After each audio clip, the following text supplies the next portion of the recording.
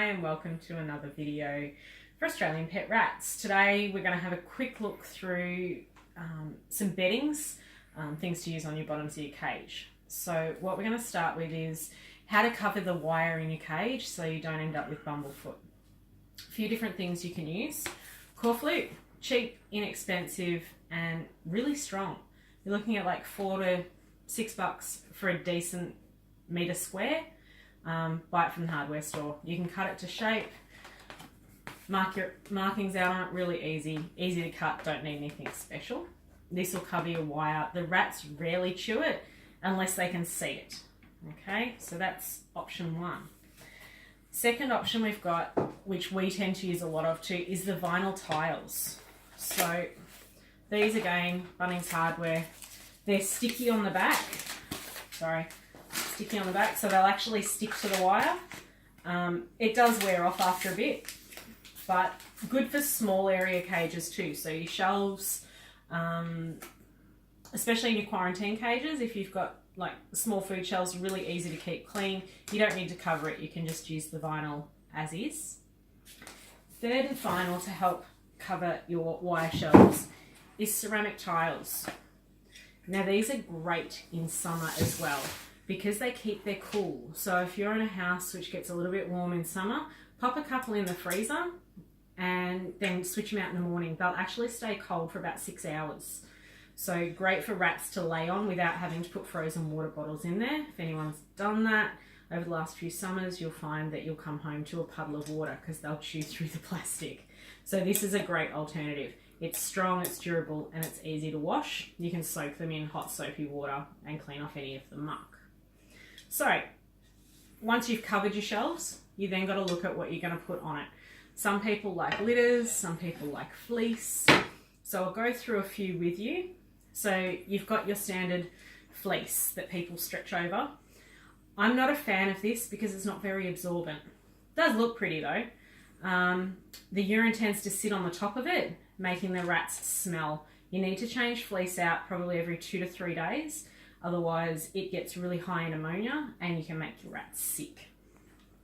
If you're wanting to do a material cover, try something like a flannelette sheet. So we get these from the op shops. So the stained ones that they can't sell, we buy a bag for like $3 or $4. You cut them up and you can stretch them over either your tiles, your core flute or your vinyl. And it just gives them something nice to walk on. It also helps keep the warmth in during winter. Okay. The urine will soak through this, so you might get an extra day or so out of using a flannelette sheet over fleece. Your next option, which we're a bit of a fan of, is old towels. So you've got your two types. You've got a really soft, short pile towel, or you've got the rough towel. If you've got rats and you don't do nails, the long pile towel can actually be a trip hazard because their nails get stuck in it. But if you're good at clipping nails, go for the long one. You'll get almost a week out of it as long as your rats are litter trained. Same as the short pile towels, almost a week as long as your rats are litter trained. Girl rats do tend to marinate, so they'll pee where they sleep. Unfortunately, you need to change things out. We use this on the base and then I cut up small blankets of the fleece to go in their hides. Change the blankets out every few days and this will last a bit longer. Stepping away from the material side of it, you've then got your paper bases. So shredded paper, pretending this is newspaper. Glossy paper does work, but again, urine will sit on top of it. Newspaper, it'll actually soak. The only thing is the ink will transfer to your rats. Large amounts of ink in your rat is not great. You also end up with black feet and black bellies, especially on white rats. So not a fan, but it is an option. Then we go into litters.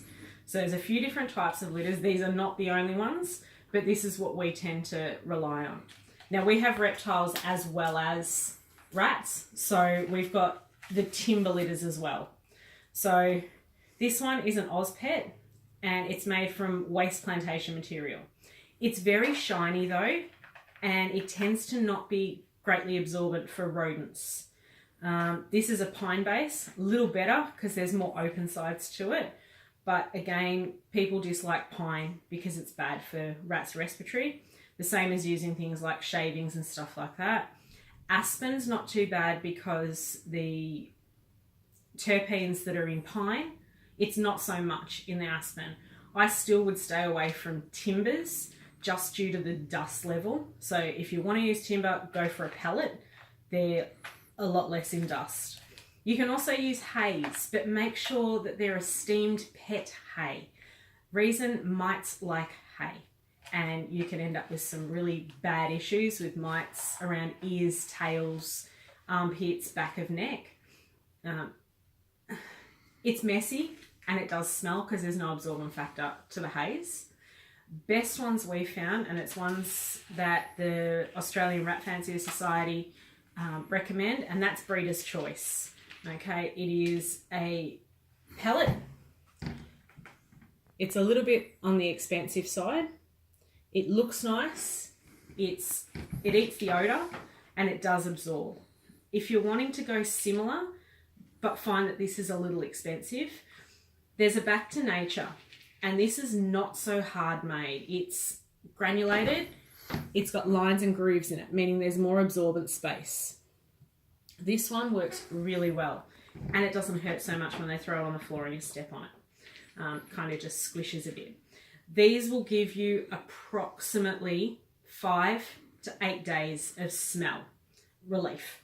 So we use it in the litter, in a litter box down the bottom of the cage. We change it out every 5 days. Doesn't really smell much. In combination with the towel and some blankets, you pretty much will maintain the smell of rats. Now, we run quite a few rats in a cage. At the moment, we've got 13 in one cage, and using this combination, our smell level's quite minimal. Add things on top. So you might decide to put your towel down, have some blankets for them to chew and snuggle up into. Rats love to chew, so don't go and buy too expensive stuff. They will rip it to pieces. You're lucky with boys, sometimes you'll get 2 or 3 washes out of them. Girls, I've never been able to wash a blanket I removed from their cage. There's just nothing left. So give them chew things on top of it. It becomes a bedding as well. So, handful of shredded newspaper. Put it in an S box for them. They'll chew and rip that apart. They may leave your blankets alone. Not guaranteeing it.